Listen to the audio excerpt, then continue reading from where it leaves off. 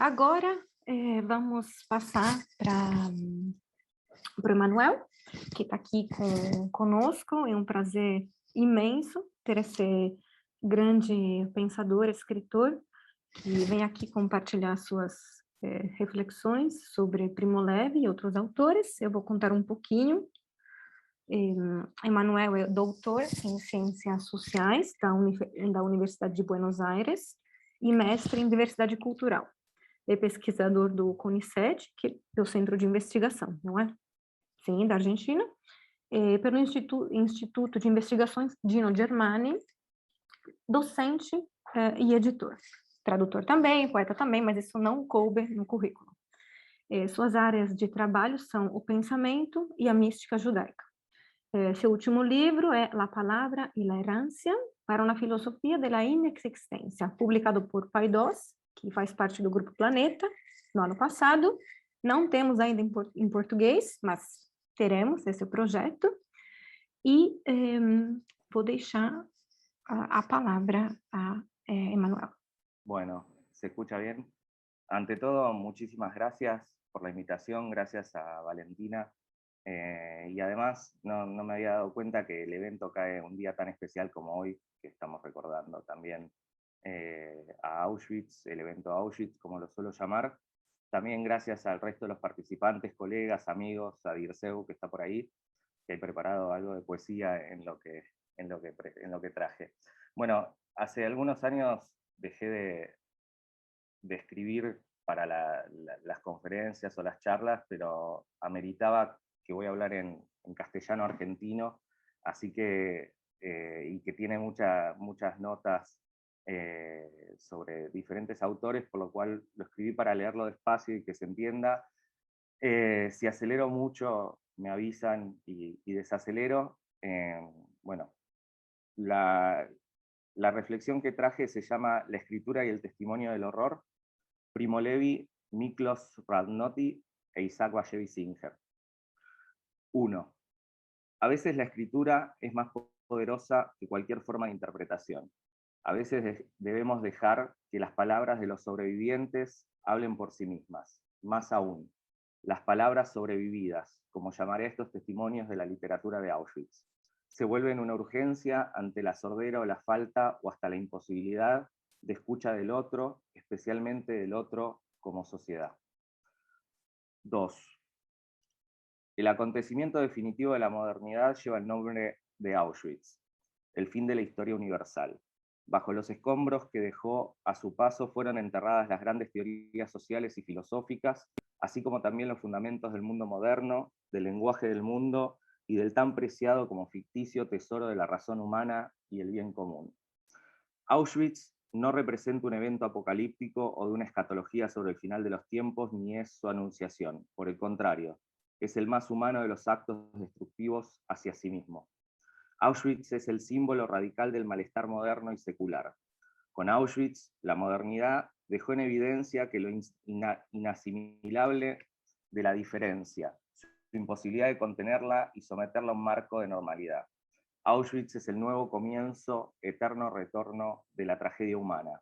Las herramientas y tecnologías del exterminio se transformaron en el renovado símbolo de las instituciones soberanas y del sistema capitalista. Desde mediados del siglo XX en adelante, ser moderno es ser parte de la lógica genocida. 3. Las hipótesis o preguntas que disparan esta exposición también son palabras sobrevividas. La primera surge como respuesta del escritor judío y sobreviviente de los campos Elie Wiesel. La segunda surge como respuesta a Maurice Blanchot, quien se sumerge desde la paradoja de la imposibilidad del testimonio sin testimoniante, sin palabras sobrevividas, a la pregunta de quién puede narrar el horror de Auschwitz. Básicamente, lo que hice en esta exposición es tomar dos respuestas o dos dictámenes o ideas, una de Elie Wiesel con una pregunta correspondiente y otra de Maurice Blanchot con otra pregunta correspondiente, y sobre esas dos preguntas analizar parte de la obra de Primo Levi, Radnoti e Isaac Bashevis Singer. Primero, ¿qué es lo que nos dice Elie Wiesel? 4. En Ser judío, la esperanza que nace del recuerdo, una larga entrevista a Elie Wiesel, le preguntan si después de Auschwitz las palabras han perdido la inocencia. La respuesta de Wiesel es tan judía como propia de un sobreviviente de los campos de concentración. En mi calidad de judío, dice, creo en la redención, lo que quiere decir que nada permanece impuro para siempre. Sin embargo, continúa Wiesel, diciendo, los nazis envenenaron, pervirtieron el lenguaje. Fueron maestros en el arte de emplear palabras poéticas para cosas monstruosas. Pero se puede devolver al lenguaje su primitiva pureza. Sin embargo, a pesar de la esperanza redentiva de Wiesel, por la pureza de las palabras poéticas envenenadas por el nazismo, esgrime una importante separación entre lo puro y lo impuro frente a la inocencia del lenguaje. Aunque se pueda devolver la pureza de las palabras, la inocencia del lenguaje se ha perdido para siempre.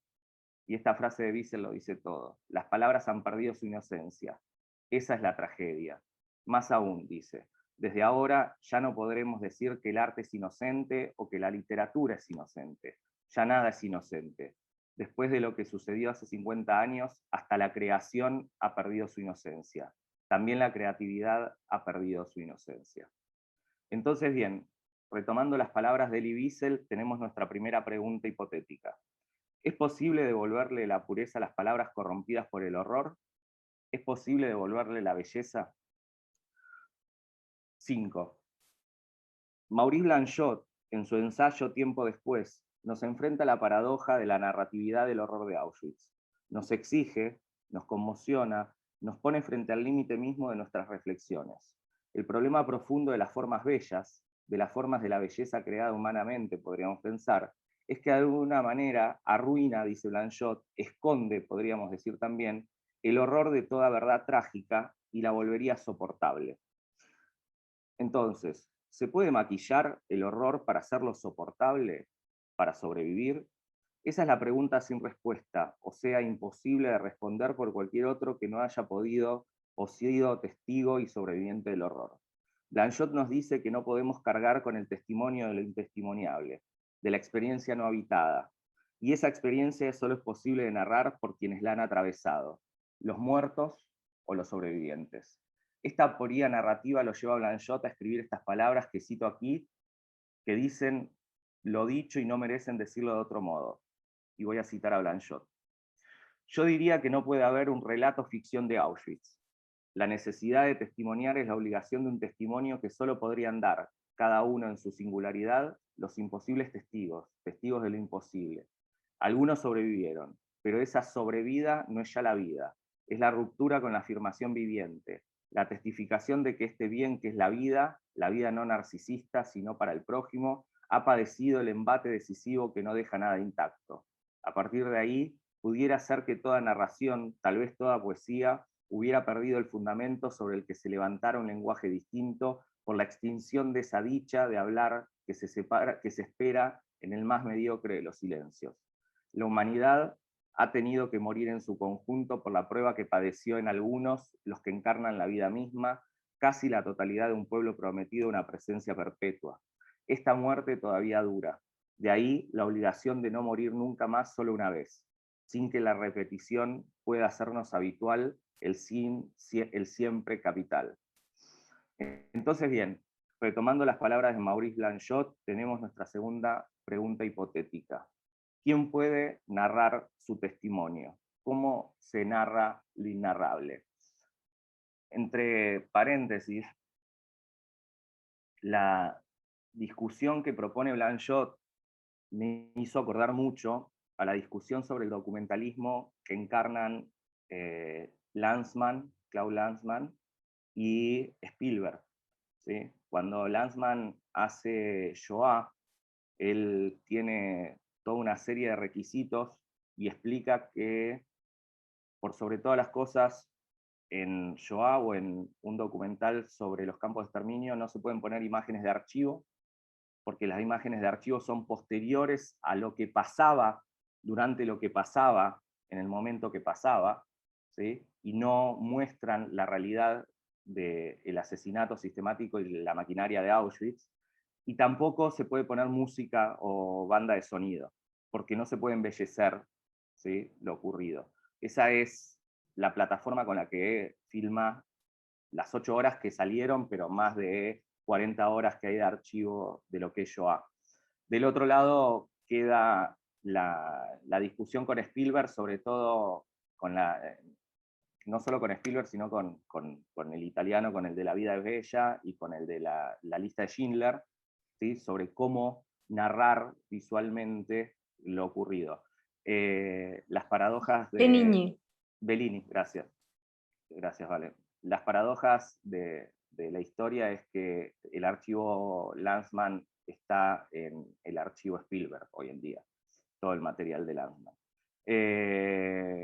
Bueno, 6. Primo Levi o las formas de la interpretación de la experiencia del horror.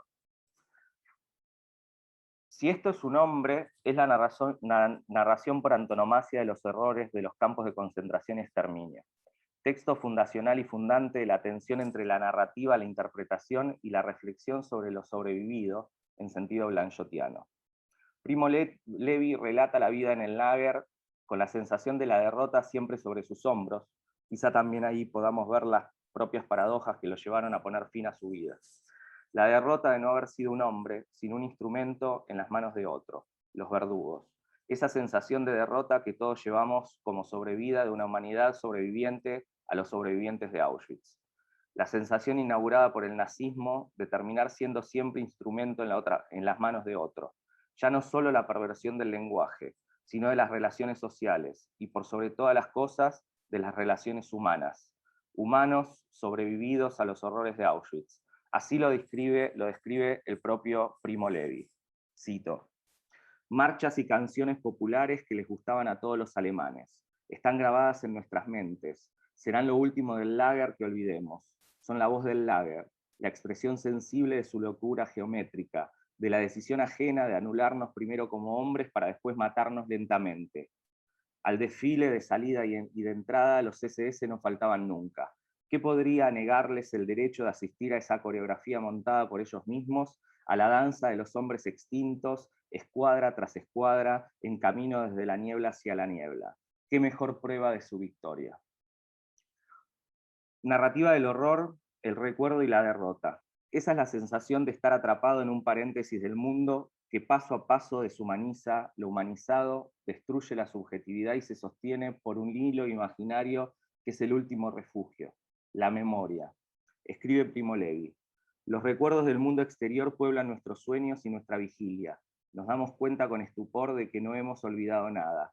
Cada recuerdo evocado surge ante nosotros dolorosamente nítido. Recordar se vuelve un proceso doloroso. La memoria de haber sido hombre, de haber pertenecido al mundo. El dolor del hogar perdido, del terruño desolado que se sabe ya imposible e inalcanzable. No hay lugar a donde regresar. Ser parte del sistema concentracionario de muerte y destrucción genera el saber de la derrota, de la imposibilidad de un mundo extinto, la imposibilidad de sentir, la imposibilidad del llanto, la imposibilidad de una realidad que se hizo ceniza como los cuerpos en los hornos de Auschwitz. Dice Primo Levi. Poder llorar. Poder enfrentarse al viento como antes lo hacíamos de igual a igual, y no como aquí, como gusanos sin alma. Lo que queda puertas adentro de la mente todavía no resquebrajada por el dolor físico, por el hambre y la debilidad de la carne. Auschwitz es la maquinaria perfecta de destrucción del hombre y del proyecto moderno de lo humano. Auschwitz es lo humano, demasiado humano. Así es la sentencia de Primo Levi en uno de los pasajes más bellamente horrorosos de su relato. Nadie puede salir de aquí para llevar al mundo, junto con la señal impresa en la carne, las malas noticias de cuanto en Auschwitz ha sido el hombre capaz de hacer con el hombre. Entonces,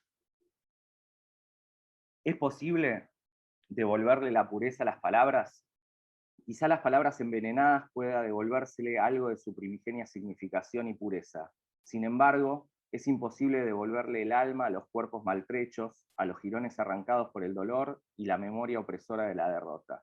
Es imposible devolverle la belleza al mundo después de Auschwitz. Todo lo bello lleva de ahora en más la desgarradura de Auschwitz, que es la desgarradura del hombre en manos del hombre. No hay belleza posible en la inhumanidad de lo humano. ¿Quién narra lo innarrable? La segunda pregunta. Los testigos de lo inimaginado, los sobrevivientes y los muertos que dan testimonio de lo inimaginado, los derrotados, los hundidos, los testigos del espacio-tiempo Auschwitz. Escribe Primo Levi. Para nosotros, el lager no es un castigo, para nosotros no se prevé un término, y el lager no es otra cosa que el género de existencia a nosotros asignado, sin límites de tiempo. ¿Sí? Acá la forma de arrasamiento, ¿no?, en la que ya Auschwitz se vuelve parte del espíritu de los concentrados. Dice Primo Levi, en el lager no hay criminales ni locos. No hay criminales porque no hay una ley moral que infringir. No hay locos porque estamos programados y toda acción nuestra es, en cuanto a tiempo y lugar, sensiblemente la única posible. Y por último, una cita más de Primo Levi. Pueden venir los rusos, no nos encontrarán más que a los domados, a nosotros los acabados, dignos ahora de la muerte inerme que nos espera. 7. Disculpen que fumé, pero como las posibilidades del Zoom lo permiten y de estar en mi casa, lo voy a hacer. Miklos Radnoti o Poesía de la experiencia y la muerte. Cito un poema. Y antes de empezar con la parte de Radnoti, Radnoti es una novedad en mi vida y creo que en los estudios sobre literatura digamos, de Auschwitz, del evento Auschwitz. ¿Sí? Yo prefiero, no hablo de Shoah ni de Holocausto, porque me parece que reducen a lo judío lo que pasó durante el aniquilamiento sistemático de las otredades y las minorías y las disidencias durante la Segunda Guerra Mundial. Tampoco hablo en general de el aniquilamiento sistemático de los judíos durante la Segunda Guerra Mundial. Me parece que el significante Auschwitz encarna tanto lo judío como todas las otras diversidades que fueron asesinadas por la maquinaria alemana. ¿Sí? Y Radnoti es ahora como lo voy a decir, es un poeta húngaro que escribe durante su encierro y que hace muy poco fue traducido por primera vez al castellano con una edición bilingüe que ahora les voy a mostrar. Y miren o escuchen las fechas en las que escribe estos poemas. Cae baba sanguinolienta de la boca de los bueyes, orinan con sangre todos los hombres. El batallón forma montones salvajes y apestosos. Sopla sobre nosotros la horrible muerte. Poema escrito en Moax el 24 de octubre de 1944. Miklos Radnoti, poeta judío húngaro, nacido en Budapest el 5 de mayo de 1909, es una voz casi desconocida en nuestros márgenes. Poeta desde la adolescencia y estudiante de literatura húngara, en 1930 publicó su primer libro de poesía. Poeta, traductor y judío, es esta condición la causa de sus diferentes reclusiones para realizar trabajos forzados hasta que finalmente, en 1944, fuera llevado a la ciudad serbia de Bor. Allí vivió en un campamento llamado Heidenau, hasta que a finales de agosto de aquel año las milicias soviéticas se aproximaban. Producto del avance ruso, el campamento fue evacuado y los prisioneros son obligados a comenzar las conocidas marchas de la muerte. Los avatares de aquellos prisioneros son propios de los horrores de la guerra y el aniquilamiento sistemático de los judíos de Europa. El nuevo regente del Reino de Hungría, Ferenc Szalasi, dispuesto por Alemania, dispone la masiva deportación de los judíos, por lo que el contingente en el que Radnoti marchaba fue dividido hasta quedar reducido a una veintena de hombres extenuados y resquebrajados física y psíquicamente. Ante este paisaje inhumano, y luego de ser trasladados en vagones de ganado desde Moax a la ciudad de Sentiralizvaya, fueron ejecutados junto al río Rabka en Avda, ¿sí? Y enterrados en una fosa común. Cito otro poema de Radnoti. Cuando caí a su lado, su cuerpo se dio vuelta. Estaba tenso, como cuerda antes de cortarse. Fue un tiro en la nuca. Así acabarás también, me dije en susurros. Quédate quieto, tendido. La paciencia hoy cultiva flores de muerte. Der springt noch auf. Oí que dijeron encima de mí. Barro con sangre se secaba sobre mi oreja. Este poema fue escrito el 31 de octubre de 1944. ¿Qué poesía es poema? ¿Hay poesía del horror o puede hacerse poesía en el horror? Radnoti narra el horror del cautiverio y de las marchas de la muerte en el lenguaje de su universo, la poesía. Pero es una poesía del horror y la belleza poética se convierte en el testimonio de la muerte anunciada. ¿Hay belleza en la poesía del horror? En agosto de 1944, la fosa común de Abda fue abierta y exhumada. El cuerpo asesinado de Miklos Radnoti llevaba en los bolsillos documentos personales, fotos y un cuaderno de 30 páginas con la siguiente leyenda, escrita en 5 idiomas diferentes en su primera página. Por favor, entregar este cuaderno que contiene poemas del poeta húngaro Miklos Radnoti al señor Gyula Ortutay, profesor de la Universidad de Budapest. Gracias por anticipado.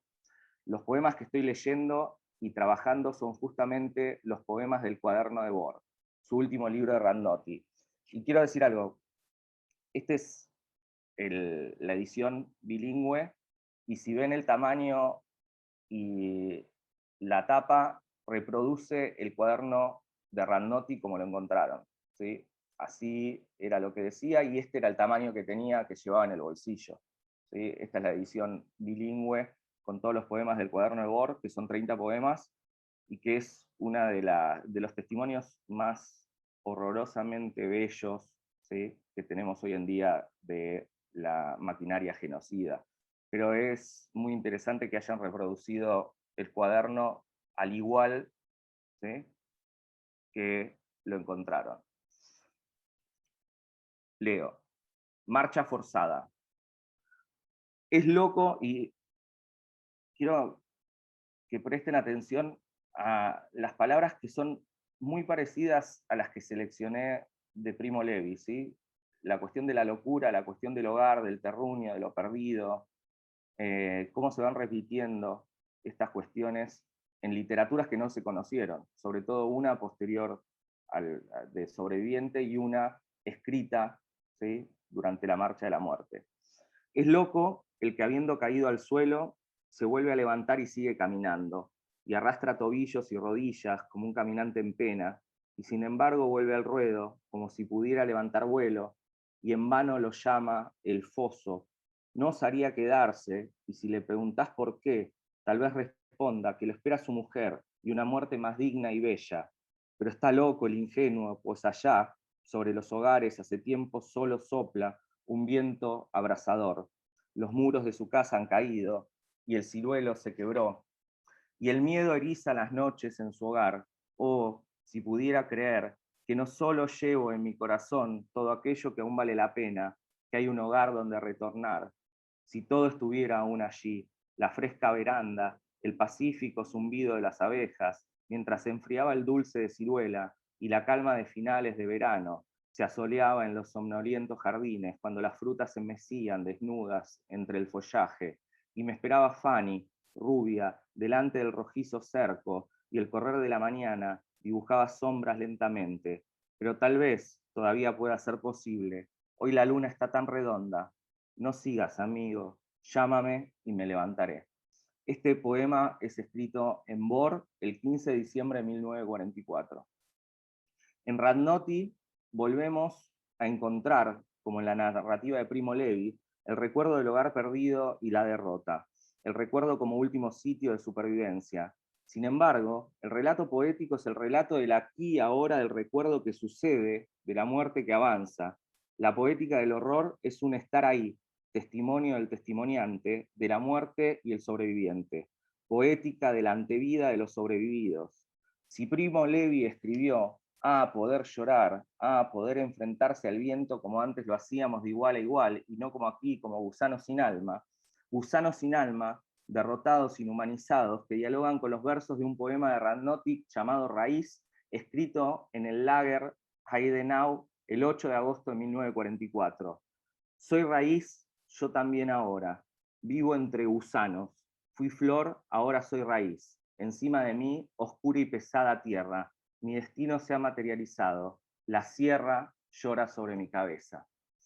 Los poemas de Radnoti ya no son solamente el testimonio del horror, sino las palabras del horror que no han sido corrompidas ni envenenadas por el nazismo. Son palabras nacidas del nazismo y resignificadas en una poética sin belleza que nos instala en el centro del dolor como parámetro de su propia poética. No hay belleza en la poesía de Radnoti, hay dolor.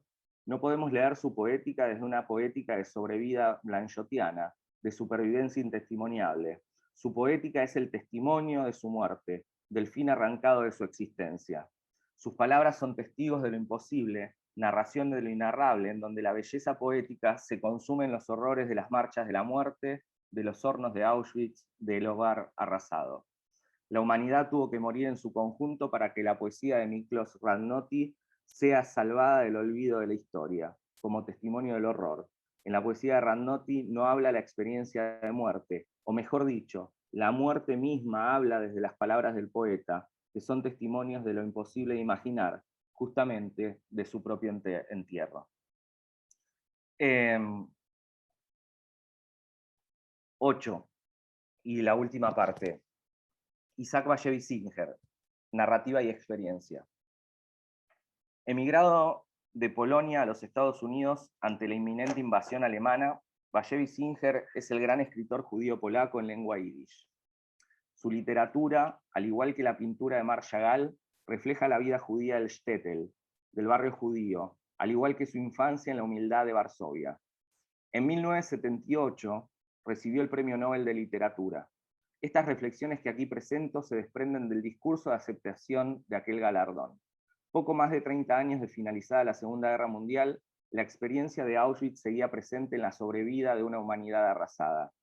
Esta experiencia lleva a Bashevis Singer a expresar que el escritor de cada época debe preocuparse por los problemas de su generación y que por ello, en nuestro tiempo, no puede pasar desapercibido que, cito, el poder de la religión, especialmente la creencia en la revelación, es hoy más débil de lo que fue en ninguna otra época de la historia humana.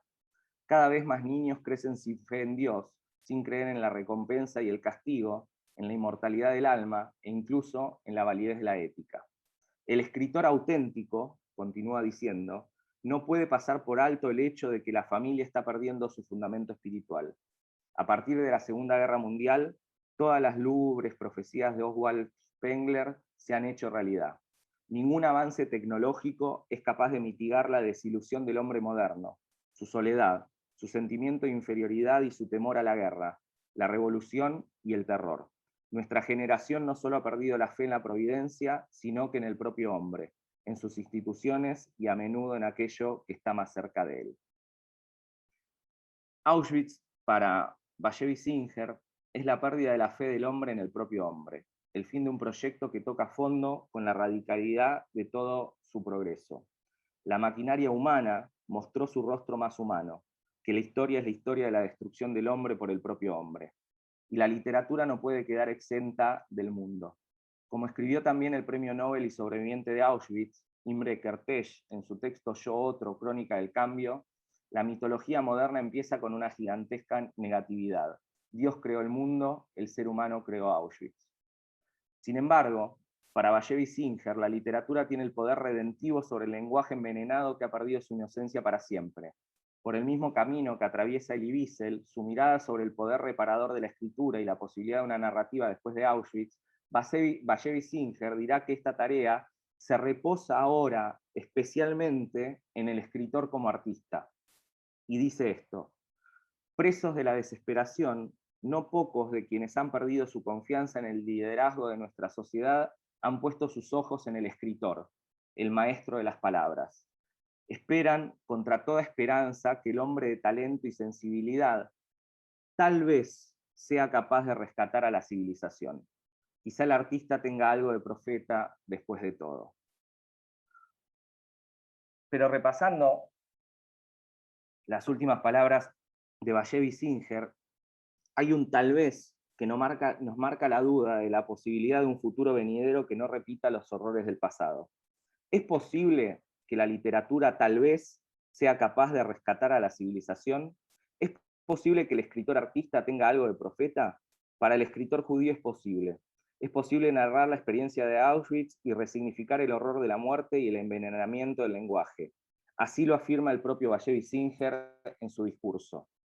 No me avergüenza admitir que me encuentro entre quienes fantasean con que la literatura es capaz de aportar nuevos horizontes y nuevas perspectivas, filosóficas, religiosas, estéticas e incluso sociales. A lo largo de la historia de la antigua literatura judía nunca existió ninguna diferencia fundamental entre el poeta y el profeta. Nuestra poesía a menudo pasó a convertirse en ley y en forma de vida. Finalmente, para decir que ante la decadencia, la redención, ante el pesimismo, la esperanza en el lenguaje. Todavía queda un pequeño resquicio para salvar al lenguaje a través del lenguaje mismo, desde adentro hacia adentro y desde esa resignificación hacia el resto de la humanidad. Pero no se refiere a la literatura de Auschwitz, justamente, sino a una literatura universal que, aunque cargando el fantasma del horror en sus palabras, renueve las esperanzas de un mundo en ruina.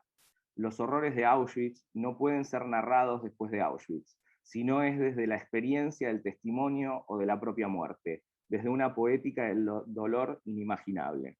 Pero todavía queda literatura por escribir, imaginación y poética por intentar aprender algo de la belleza del mundo inhumano y renovar la humanidad. Algo de esto expresa Bashevis Singer con sus palabras con las que voy a terminar mi reflexión. Y dice así: el pesimismo de las personas creativas no es decadentismo, sino que se trata de una enorme pasión por la redención del hombre. Al mismo tiempo que entretiene, el poeta prosigue su búsqueda de las verdades eternas, de la esencia del ser. A su manera, trata de resolver el enigma del tiempo y del cambio, de hallar una respuesta al sufrimiento, de poner de manifiesto el amor en el abismo de la crueldad y la injusticia. Por muy extrañas que resulten estas palabras, a menudo juego con la idea de que cuando colapsen todas las teorías sociales, cuando las guerras y las revoluciones dejen a la humanidad en la oscuridad más absoluta, el poeta, a quien Platón expulsó de su república, se alzará para salvar a todos. Muchísimas gracias. Graças, Emanuel. Muito obrigada por essa apresentação maravilhosa, que traz uma perspectiva, assim, eu acredito que completamente inédita, né, desses três autores que você apresentou. Não sei se tem perguntas. Tem aqui uma pergunta da Ana, se a Ana puder ligar o microfone.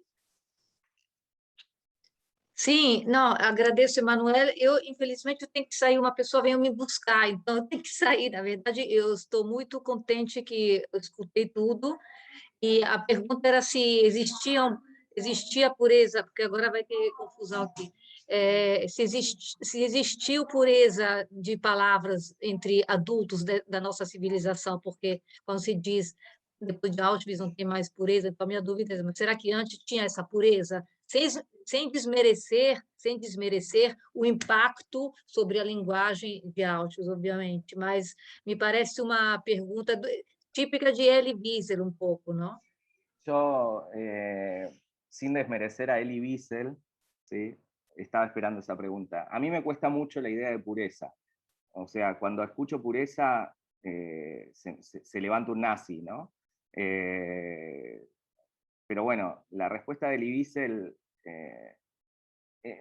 yo creo que no puse toda la cita, pero lo que él trata de decir con pureza es el lenguaje no resignificado con los horrores de la muerte, porque él cuando habla de lo redentivo del lenguaje y devolverle la pureza, después dice: tardé muchos años en bajar la cara cuando veía una chimenea, ¿sí? Y no podía mirar la noche porque también me recordaba al humo de Auschwitz, ¿sí? O sea, esa resignificación... Una pureza relativa, ¿no? Exactamente, relativa. O sea, yo creo que habla de pureza más en el sentido de la inocencia de las palabras. Por eso me parece que es importante lo que dice después, que dice, más allá de que podamos escribir y redimir al lenguaje después de Auschwitz, hasta la creación ha perdido la inocencia después de lo ocurrido. ¿sí? Me parece que cuando habla de pureza habla de inocencia, más que de puro e impuro, ¿sí? Porque en todo caso el lenguaje es lo más profano que tenemos, ¿no? Comparado al lenguaje divino.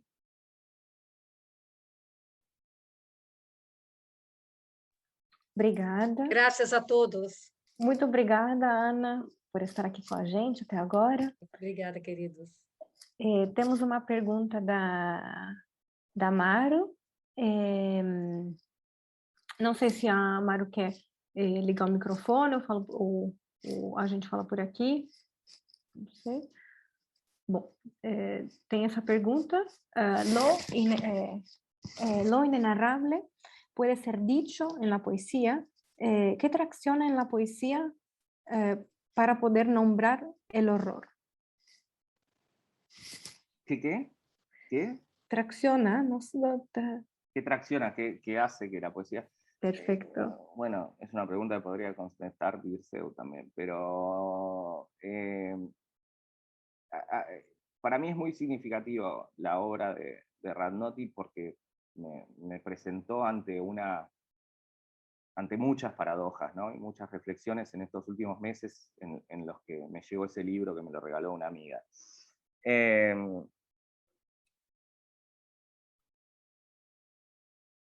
¿Cómo pensar en la belleza poética, que además la poesía trata de aprender algo de lo bello, de la belleza y traducirlo en lo humano, cuando es una poesía escrita en el evento Auschwitz, ¿no? Por eso digo que no hay que leer, o sea, que no hay belleza en la poesía de Radnoti, más allá de que es bellísima, sino que hay dolor. Y creo que hay que distinguir, y acá hay que hacer una distinción que muy bien la señala Blanchot en ese mismo texto que cité. Él dice que es tan profunda la desgarradura y la transformación que produjo Auschwitz en la historia de la humanidad, que de ahora en más hay que pensar en la literatura como antes o después de Auschwitz, ¿sí? Así como pensábamos en los escritos antes de la era común o después de la era común, antes de Cristo, después de Cristo, Blanchot dice que ahora hay que pensar en la literatura como antes, en la literatura, en la filosofía, en todo, o después de Auschwitz. Para mí es una idea que yo utilizo mucho, sobre todo para trabajar a los pensadores judíos, porque las obras cambian mucho en cuanto a aquellas escritas y las preocupaciones y los intereses y las reflexiones antes de Auschwitz y después de Auschwitz, ¿sí? En casos como Hermann Cohen, Mendelssohn, Levinas, Rosenzweig, Buber, se puede observar bien. Ahora, Radnoti me presentó ante el problema de la poesía, ¿sí? Yo igual siempre sigo el dictum de Paul Valéry que decía que lo peor para un poeta es pedirle que explique su poesía. Porque creo que la poesía no se explica, se vive y se habita. Pero la poesía de Radnoti es una poesía que habita el dolor, o sea, está escribiendo sobre su propia muerte a medida que avanza. ¿Sí? Los poemas que les leí son del 44, escritos tanto en el lager como en el campamento de Bor, como en la misma marcha de la muerte, y con mayor significación o más significativo es que el cuaderno, ¿sí?, termina en su bolsillo en una fosa común, y gracias a que se abre esa fosa común y se exhuman los cuerpos, se encuentra esta obra, ¿no? Que no tiene nada que ver con la obra de Kafka, ¿no?, que pidió que sea quemada. Este libro pidió que sea publicado, y fue publicado. Entonces me parece como uno de los grandes testimonios de algo totalmente novedoso, por lo menos en cuanto a los estudios sobre la literatura del horror o del holocausto, como se llama, y es una poesía escrita, ¿sí?, en los campos, y que se logró rescatar.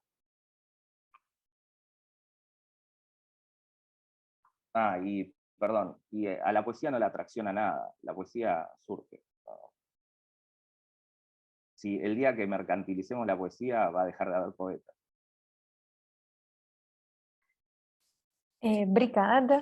E isso que você fala, né, digamos, desse momento de criação, né, que difere, né, no caso de Primo Levi e de Radnoti, de escrever depois, né, e de uma escrita que acontece naquele momento. Você falou de palavras nascidas no nazismo, né, durante essa Marcha da Morte. Então, eu acho que isso realmente abre o espectro para quem se, né, como, digamos, além de material poético mesmo, mas como material documentário. Então, é outra perspectiva que se tem. E bom, e uma coisa que você falou aqui, não sei se tem outras perguntas, eu já estava... Tem alguma coisa que alguém gostaria de falar, ou deixar no chat por aqui? Podés preguntar y después. Tá. Você falou da lembrança, né, do recuerdo como sobrevivência. Então, uma lembrança que, digamos, é a conexão com o presente, né? Então, o que você acha, assim, se você quiser falar um pouco mais sobre isso. Sobre, como lo último? A ideia de a lembrança, né, recuerdo como sobrevivência. Ah, sí. Sí, antes una cosa de lo que de tu reflexión anterior, Valen, que me parece que es interesante, que sí se puede comparar, porque acá sí hay algo en lo que podemos analizar, sobre todo la poética de Auschwitz, de Radnoti, a diferencia de la de Primo Levi, y es con la literatura o con los diarios que se escribieron en la Primera Guerra Mundial. ¿Sí? Y me vienen a la cabeza los diarios secretos de Wittgenstein o La Guerra del 15 de Giannis Tuparich, en donde ellos dicen que encuentran en las reflexiones filosóficas, en el caso de Wittgenstein, ¿sí? Que están en ese diario secreto, porque Wittgenstein se postula como soldado alemán para pelear en la Primera Guerra Mundial y es asignado a un barco para luchar contra los rusos, y tenía que usar el reflector, ¿sí? Era el que iluminaba cuando se bombardeaban. Y él empieza a pesarle mucho esa situación. Dice que era una mezcla entre ignorancia con la que no podía hablar con nadie y horror de que cada día podía morir. Y que encuentra las reflexiones filosóficas hacia adentro de sí mismo y que empieza a escribir en esos cuadernos una salida ante la situación en la que estaba viviendo. Lo mismo pasa con Stuparich. Stuparich, cuando pelea en la guerra, ¿sí? Para Italia, dice que la mitad de su mochila eran libros y que llevaba los libros para escapar de la situación en la que estaba viviendo, en donde la muerte, ¿sí? Estaba al lado de él. Me viene a la cabeza también Franz Rosenzweig, ¿sí? Rosenzweig escribe La Estrella de la Redención o La Bruxelles, la célula originaria de La Estrella de la Redención, en postales que le manda a su primo y a su madre desde las trincheras en los Balcanes, ¿sí? Y la escritura ahí funciona como una forma de salida, ¿no? Como un rescate, como una memoria, ¿no? Pero como una memoria totalmente diferente a lo que Primo Levi entendía que era la memoria en los campos, porque en el lager la memoria era la memoria de lo perdido y del derrotado, ¿sí? Por eso dice que vengan los soviéticos, lo único que va a encontrar es domados, y ya estamos muertos, la muerte es inerme a nosotros. Me parece que en Radnoti, y esta es la diferencia con Primo Levi que yo quería mostrar, entre un texto que se escribe como sobrevida, o sea, después de la experiencia concentracionaria y reflexionando sobre la experiencia concentracionaria, a unos poemas escritos durante ese proceso, en donde me parece que la poética era una forma de rescatarlo de la situación en la que estaba viviendo, ¿sí? Como último vestigio de humanidad dentro de la inhumanidad de los acontecimientos. Y en Primo Levi es una reflexión y una interpretación sobre la experiencia de lo vivido. Y ahí se juega la memoria, ¿sí? Como testimonio. Vale recordar, porque lo cité al pasar, que hay una gran discusión entre dos obras capitales de la narrativa de Auschwitz, que son Si esto es un hombre, de Primo Levi, y Sin destino, de Kertész, ¿sí? Que recomiendo muchísimo, la obra de Imre Kertész, la novela Sin destino, que es la versión novelada de su experiencia en Auschwitz, y narrada como el niño que era con 14, 16 años, ¿sí? En donde llega a decir que había días que se aburría en Auschwitz, porque no tenía nada para hacer, ¿sí? Y eso también es como el juego narrativo sobre lo vivido mientras se lo estaba viviendo, y es mucho más parecido a la poética de Radnóti que a la literatura de Primo Levi. Obrigada, muito obrigada. E agora que você estava falando, né, dessa poética como forma de resgatar, né, quase esse movimento de criação para resgatar a vida. Então, eu acho que em Primo Levi isso é a posterior, né, obviamente, mas existe um momento que ele relata, que é o Canto de Ulisses, né, que é esse momento em que resgatar a memória da poesia, né, dos versos da comédia de Dante, é aquilo que mantém a vida. Então, quando você falou isso, eu pensei nesse momento que é relatado a posteriori, mas quando foi vivido, né, desse espaço da arte e do, digamos, um espaço de criação para se reconectar, né, com uma memória do que precedia o Auschwitz. Então, pensei nisso. Sí, y creo que, no sé si hay otra pregunta, pero que tomando lo que dice Blanchot, se ve muy bien que la escritura o la literatura de Primo Levi es el testimonio de un sobrevivido, ¿sí? De un superviviente, que es uno de los que puede testimoniar, y la poesía de Radnóti es la poética del muerto, ¿sí? Que es el otro que puede testimoniar.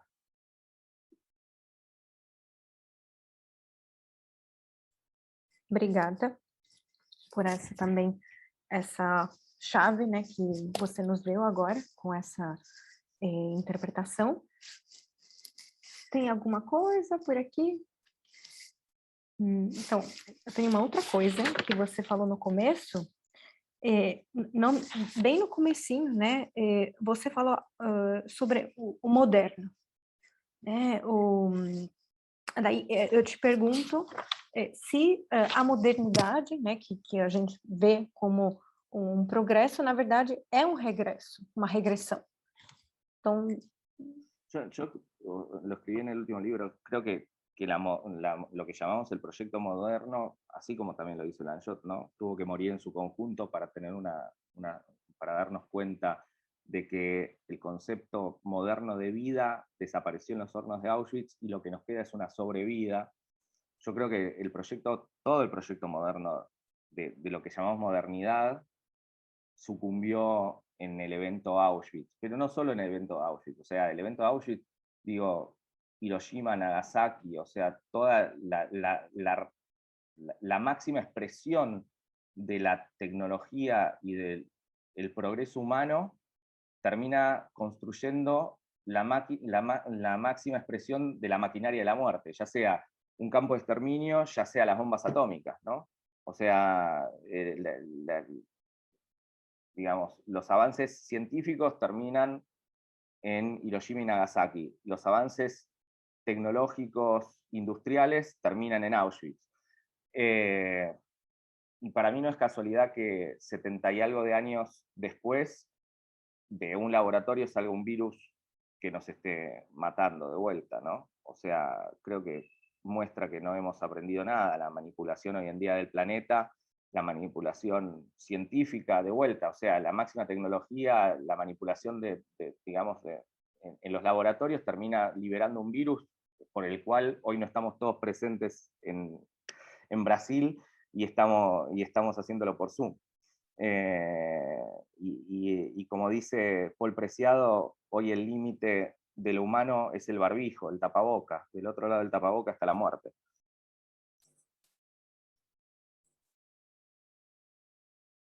Obrigada, obrigada. Mais alguma coisa para acrescentar aqui? Se é tudo, eu agradeço a Manuel por essa fala brilhante. E a gente se vê daqui a pouquinho, acho que vamos fazer um intervalo